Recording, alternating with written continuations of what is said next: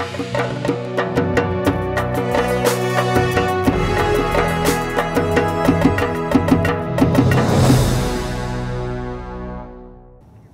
प्रधानमंत्री नरेंद्र मोदी आदमपुर एयरबेस पर ऑपरेशन सिंदूर को अंजाम देने वाले वायुवीरों के बीच पहुंचे, उनसे मुलाकात की। उन्होंने पहले पाकिस्तान को पस्त करने वाले जवानों की पीठ थपथपाई, फिर ग्राउंड जीरो से ही पाकिस्तान को ललकारा भी कि अगर वो आतंकवादियों को पनाह देने से बाज नहीं आएगा तो भारत उसे ऐसे ही घर में घुसकर मारेगा। भारत माता की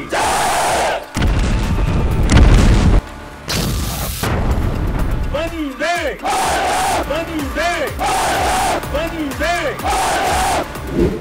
आदमपुर एयरबेस पर पीएम मोदी को अपने बीच पाकर पाकिस्तान को घुटने पर लाने वाले हमारे जवानों का जोश हाई दिखा। भारत माता की, भारत माता की, भारत माता की।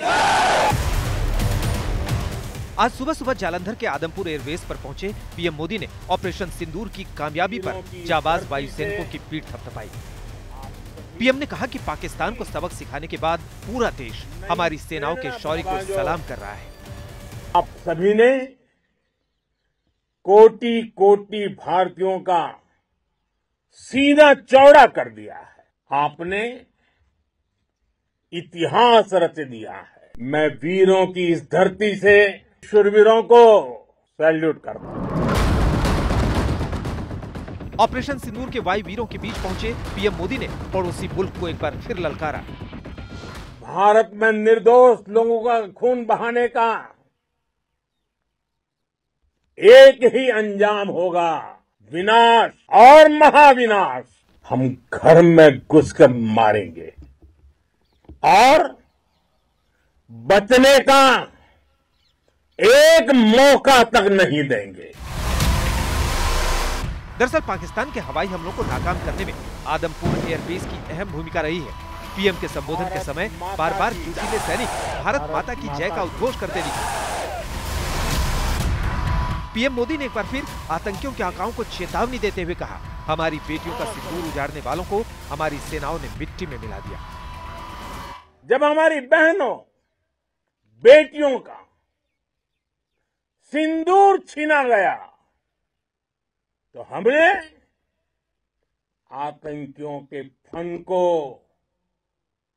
उनके घर में घुस के कुचल दिया। आपने उन्हें सामने से हमला करके मारा। आतंक के तमाम बड़े अड्डों को मिट्टी में मिला दिया। भारत माता की। पीएम मोदी ने आदमपुर एयरबेस पर जवानों के साथ काफी देर वक्त बिताया। इस दौरान पीएम मोदी ने सैनिकों के साथ सेल्फी भी ली। भारत के शूरवीरों के नारों की गूंज पाकिस्तान के पस्त हौसलों को धूल में मिलाने के लिए काफी है। सबसे बड़ी बात है कि प्रधानमंत्री के आदमपुर एयरबेस जाने से पाकिस्तान के दुष्प्रचार और झूठ का पर्दाफाश भी हो गया। दरअसल पाकिस्तानी सेना प्रोपेगेंडा फैला रही थी कि उसने हमले में आदमपुर एयरबेस को तबाह कर दिया और पाकिस्तान ने हमारे डिफेंस सिस्टम S-400 को नुकसान पहुंचाया है। लेकिन पीएम मोदी ने यहां जाकर पाकिस्तान के झूठ की पोल खोली, क्योंकि पीएम जब जवानों से मिल रहे थे तब दुश्मनों का काल लड़ाकू विमान MiG-91 और एयर डिफेंस सिस्टम S-400 गर्व से एयरबेस पर डटा था, जिससे पीएम ने संदेश दे दिया, यहाँ सब ठीक है, मक्कार पाकिस्तान झूठ फैला रहा है। We were tracking through our satellite imagery well before the hostilities, as we usually do. S-400 was at Adampur was targeted like that. Operation Sindoor से बौखलाए दुश्मन ने इस एयरबेस के साथ साथ हमारे अनेक एयरबेस पर हमला करने की कई बार कोशिश की। बार बार उसने हमें टारगेट किया, लेकिन पाक के नापाक इरादे हर बार नाकाम हो गए। एक बात तो साफ हो चुकी है कि भारत से पंगा लेकर पाकिस्तान पछता रहा है, क्योंकि जवाबी कार्रवाई में हमारी सेनाओं ने उसके ज्यादातर सैन्य ठिकानों को तबाह करके बता दिया है कि तुम आतंक फैलाओगे तो हम तुम्हें घर में घुसकर ऐसे ही मारेंगे। वंदे वंदे वंदे वंदे वंदे वंदे वंदे वंदे वंदे। जम्मू कश्मीर के पहलगांव में आतंकवादी हमले के बाद भारतीय सेना ने ऑपरेशन सिंदूर को अंजाम दिया। पाकिस्तान में घुसकर आतंकवादी ठिकानों को तबाह कर डाला गया। अब पूरा देश सेना के शौर्य को सलाम कर रहा है। बीजेपी ने सेना के इस पराक्रम को जन जन तक पहुंचाने के लिए बीजेपी देश भर में निकाल रही है तिरंगा यात्रा, जिसकी शुरुआत हुई है गुजरात से।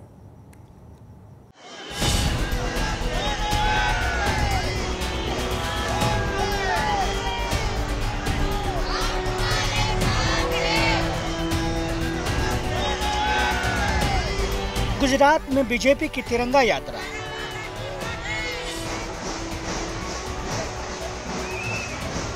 ऑपरेशन सिंदूर की सफलता के बाद एकता का संदेश। अहमदाबाद में गूंजे देशभक्ति के तराने।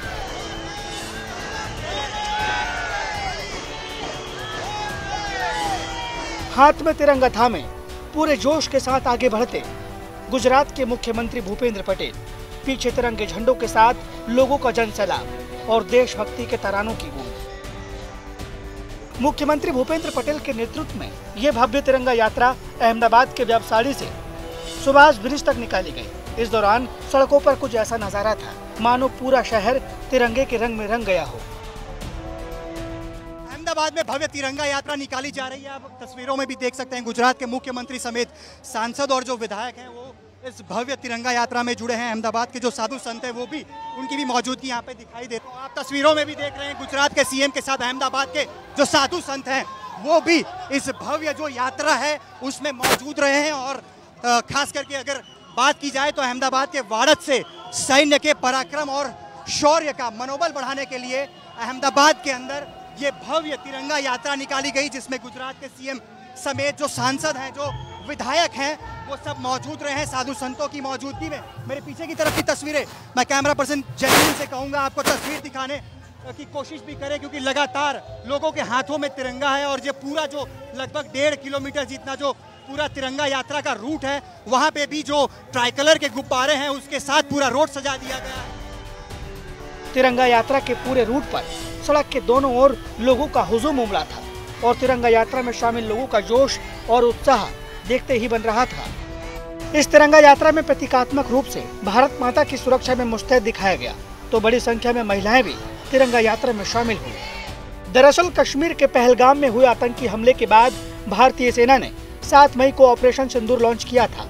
ऑपरेशन सिंदूर के जरिए भारतीय सेना ने पाकिस्तान में 9 आतंकी ठिकानों पर एयर स्ट्राइक करके उन्हें ध्वस्त कर दिया था।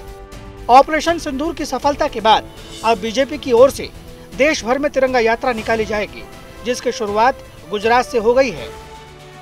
जवानों को हौसला बढ़ाने के लिए, जवानों जो कर्तव्य दिखाया है, जवानों ने जो हिम्मत दिखाई है और पाकिस्तानी आतंकवादियों को चुन चुन के जो मारा है, उसके शौर्य गाथा के लिए आज गुजरात के अंदर गुजरात के यशस्वी मुख्यमंत्री माननीय भूपेंद्र भाई पटेल की अध्यक्षता में सामाजिक संस्थाएं, इंडस्ट्रीज के मित्र, सब लोग मिलकर, साधुगण सब मिलकर आज तिरंगा यात्रा का आयोजित किया। भारतीय सैनिकों ने अपने पराक्रम से पाकिस्तान को पस्त कर दिया। प्रधानमंत्री नरेंद्र मोदी के नेतृत्व में चलाए गए ऑपरेशन सिंदूर से पाकिस्तान को करारा जवाब दिया है। इस तिरंगा यात्रा का मकसद ऑपरेशन सिंदूर की उपलब्धियों को जन जन तक पहुंचाना है। ऑपरेशन सिंदूर के जरिए हमारे देश की सेना ने कैसे भारतीय नागरिकों को संकट से सुरक्षित निकाला और कैसे राष्ट्रीय स्वाभिमान को मजबूत किया, ये बताने के लिए इस तिरंगा यात्रा का आयोजन किया जा रहा है। बीजेपी नेता कह रहे हैं कि तिरंगा यात्रा महज पार्टी का कार्यक्रम नहीं है, बल्कि इसमें आम लोग भी शामिल हो रहे हैं। ऑपरेशन सिंदूर देश की 140 करोड़ जनता का स्वाभिमान है। देश के यशस्वी प्रधानमंत्री नरेंद्र मोदी जी ने जो पहलगाम में जो हमला हुआ, नात जात पूछकर जो हमला किया गया, उसका करारा जवाब देश की तीनों सेना ने करारा जवाब दिया है। आप देख रहे हैं पूरा माहौल देशभक्ति से जुड़ा हुआ है और पूरा रोड एकदम तिरंगे यात्रा से भारत माता की शौर्य गाथा में गाता हुआ नजर आ रहा है।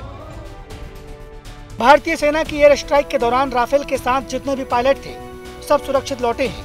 एयर स्ट्राइक के जरिए भारतीय सेना ने पाकिस्तान के 9 आतंकी ठिकानों, 11 एयरबेस और 100 से ज्यादा आतंकियों को खत्म किया है। अहमदाबाद से अतुल तिवारी के साथ आज तक ब्यूरो। गुजरात के अमरेली में आज बुलडोजर भी जमकर गरजा है। आपको बता दें कि धारी इलाके के एक मदरसे को प्रशासन ने ध्वस्त कर डाला। ये कार्रवाई इसलिए की गई है क्योंकि ये मदरसा सरकारी जमीन पर गलत तरीके से बना दिया गया था। और इतना ही नहीं, इस मदरसे को चलाने वाले मौलाना का पाकिस्तान के साथ कनेक्शन भी बताया जा रहा है।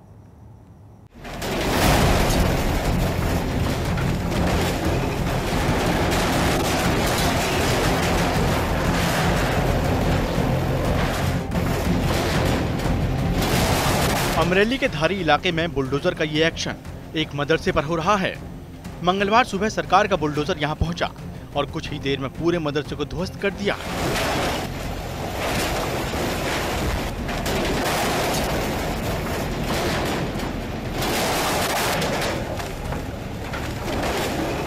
इलाके में लॉ एंड ऑर्डर की कोई समस्या न हो, इसलिए मौके पर भारी पुलिस फोर्स को तैनात किया गया था।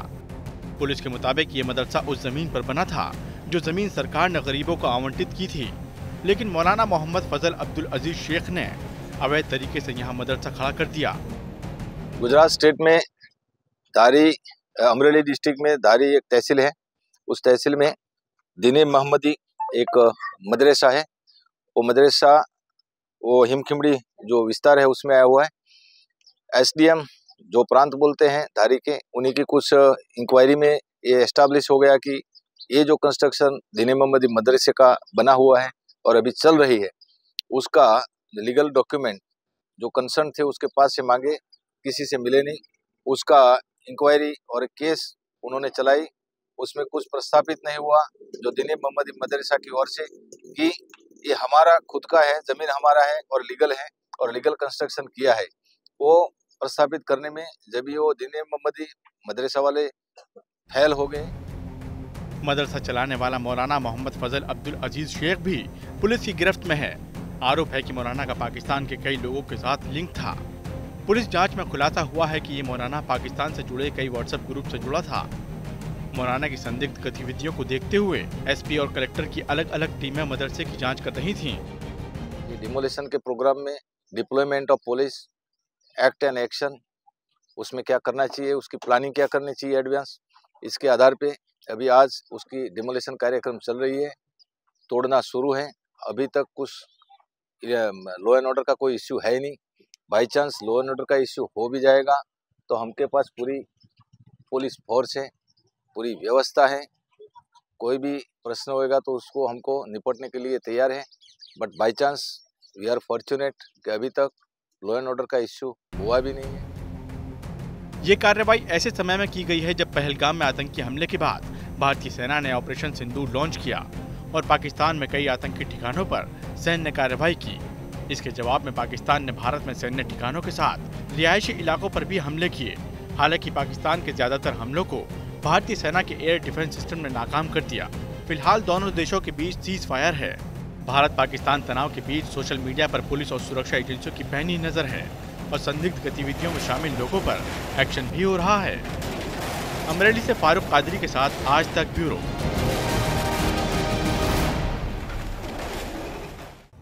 राजकोट सिविल अस्पताल में एक शख्स 15 साल के बाद अपने परिवार से मिला है। दरअसल करीब 1 महीने पहले किसी ने इन्हें गंभीर हालत में अस्पताल में भर्ती करवाया था।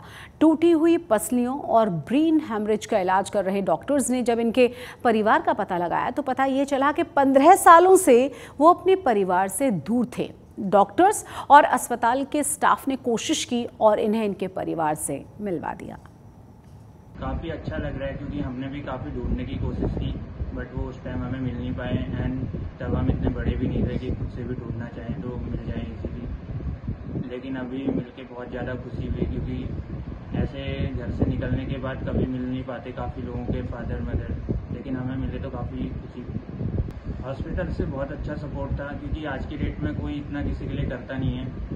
और जैसे यहाँ पे पता चला हमें कि इनकी कंडीशन क्या थी, पहले तो सारा कुछ क्लियर नहीं था। यहाँ पे आने के बाद रिपोर्ट्स देखी एंड डॉक्टर से बात की तो उन्होंने बताया ऐसी ऐसी कंडीशन थी। तो उस कंडीशन में रिकवर होना इतने जल्दी हमें पॉसिबल, अगर डायरेक्टली कोई हमें बताता तो इतने जल्दी रिकवर होने के चांसेस थे नहीं। मामला ये हुआ था, ये जो पेशेंट थे वो हमारे वहाँ 1.5 महीने पहले आए थे और अनकॉन्शियस थे पेशेंट पूरी तरह से। उनको हेमरेज था, फिर 5 से 6 फ्रैक्चर्स थे और उस हालत में हमने ट्रीटमेंट किया और कॉन्शियसनेस लाई। तब हमें जब पेशेंट कॉन्शियस हुआ तब हम, क्योंकि उसके साथ कोई नहीं था तब हमारी टीम ने पता लगाया, उनसे पूछा कि भाई आप कहाँ से हो, तो वो एक सेमी कॉन्शियस हालत में ऐसा बोले एक वर्ड कि हम चंपावत से है। तो फिर उस आधार पे हमारी टीम ने पूरी तपास की और जो फिर बाद में पता चला, वहाँ के पुलिस स्टेशन में कॉल किया यहाँ से और वहाँ के पुलिस ने अधिकारियों ने हमें पता लगाया कि इन लोगों के रिलेटिव्स वहाँ पे रहते हैं। सीबीएसई बोर्ड ने 12वीं का रिजल्ट जारी कर दिया और इस बार 12वीं की परीक्षा में 88% से ज्यादा स्टूडेंट्स पास हुए। इनमें से 1,11,544 स्टूडेंट्स ने 90% या उससे ज्यादा अंक हासिल किए हैं। अहमदाबाद से खास रिपोर्ट देखिए। सीबीएसई द्वारा 12वीं के नतीजे घोषित कर दिए गए हैं। हमारे साथ अहमदाबाद की तुलिप इंटरनेशनल स्कूल के कुछ टॉपर विद्यार्थी यहाँ पे मौजूद हैं, उन्हीं से बात करेंगे। क्या नाम है आपका? क्योंकि 88.39% परिणाम घोषित हुआ है, क्या परिणाम आपका भी रहा? I got 98.2। अभी मेरा परिणाम बोले तो पूरा साल मैंने मेहनत किया है, आई स्टडीड पूरा साल। अभी स्कूल ने भी बहुत मदद किया था प्रैक्टिकल्स के लिए, डाउट्स के लिए, और फिर मैं खुद काफ़ी नर्वस थे एग्ज़ाम के आगे, बट थैंकफुली अच्छा गया, पेपर भी अच्छा आया। मैंने थैंकफुली सारे आंसर्स भी ठीक किए, तो अभी काफ़ी सेटिस्फाइड हूँ। आई एम काफ़ी हैप्पी विथ माई मार्क्स। मेरा नाम रेवत है और मेरा ये सीबीएसई की जो एग्ज़ाम थी उसमें 95.6% आया। और मैं ऐसा बोलूँगा कि you work hard every day, हर रोज़ अच्छे से काम करना है और बहुत ज़्यादा स्ट्रेस नहीं लेना है, आराम से सब करना है, जितना हो उतना करने का। और a good rule of thumb is to be laid back and chill. मेरा नाम आकांक्षा खोत है और मेरे 93% आया है। एंड मैं यही बोलूँगी कि मेहनत अपना बेस्ट दो, जितना हो सकता है उतना करो, स्ट्रेस नहीं लेना है। और टीचर्स की वजह से एंड पेरेंट्स की वजह से काफ़ी सपोर्ट मिला है मुझे, स्कूल ने भी काफ़ी सपोर्ट किया है।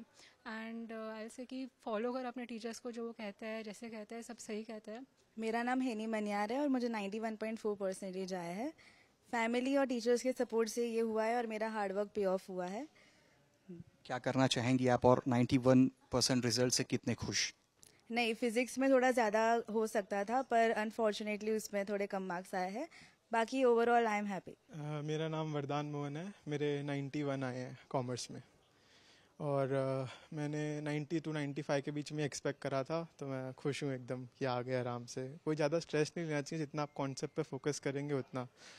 ये सारे 12वीं के स्टूडेंट्स हैं जिनके नतीजे सीबीएसई द्वारा घोषित कर दिए गए हैं। 89.39% जो रिजल्ट है वो सीबीएसई का इस साल का जारी हुआ है। ऐसे में जो बच्चे हैं जो लगभग अपनी अपेक्षा के मुताबिक परिणाम हासिल कर चुके हैं, उनमें से कई बच्चे एमबीबीएस, कई फार्मा, कई इंजीनियरिंग, और जो कॉमर्स के बच्चे हैं वो एमबीए करने का जो अपना सपना है उसको अब आगे आने वाले दिनों में साकार करते हुए दिखाई देंगे। कैमरा पर्सन जयमीन व्यास के साथ अतुल तिवारी, आज तक, अहमदाबाद। आप देखिए गुजरात के अलग अलग शहरों से कुछ बड़ी और अहम खबरें फटाफट अंदाज में गुजरात फटाफट में।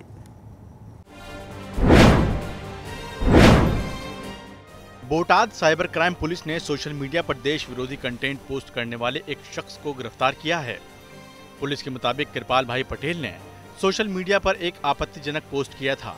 आरोपी अहमदाबाद का रहने वाला है और बोटाद में तलाटी सह मंत्री के रूप में कार्यरत है। गुजरात में शराबबंदी है, ऐसे में शराब की तस्करी के लिए तस्कर नए नए तरीके अपना रहे हैं। दाहोद में पुलिस ने विदेशी शराब का बड़ा जखीरा जब्त किया है। आरोपी प्याज की आड़ में मध्य प्रदेश से शराब की तस्करी कर रहे थे। पुलिस ने एक आरोपी को गिरफ्तार करके कार्रवाई शुरू कर दी है। वडोदरा में एसीबी ने खान एवं खनिज विभाग के सीनियर क्लर्क को 2 लाख रुपए की रिश्वत लेते हुए रंगे हाथ पकड़ा है। आरोपी क्लर्क ने एक एप्लीकेशन को मंजूर करने के लिए रिश्वत मांगी थी, जिसमें 4 लोगों का हिस्सा था। अमरेली के सावरकुंडला में 8 दिनों से लगातार बेमौसम बारिश हो रही है, जिससे नदी में बाढ़ आ गई है। बाढ़ की वजह से लोगों को आने जाने में परेशानी हो रही है। वहीं भारी बारिश से फसलों को भी नुकसान हुआ है। स्थानीय लोगों का कहना है कि गर्मी के मौसम में पहली बार नदी में बाढ़ आई है। आज तक गुजरात के स्पेशल बुलेटिन में आज के लिए बस इतना ही, लेकिन देश और दुनिया की तमाम बड़ी और अहम खबरों के लिए आप देखते रहिए आज तक।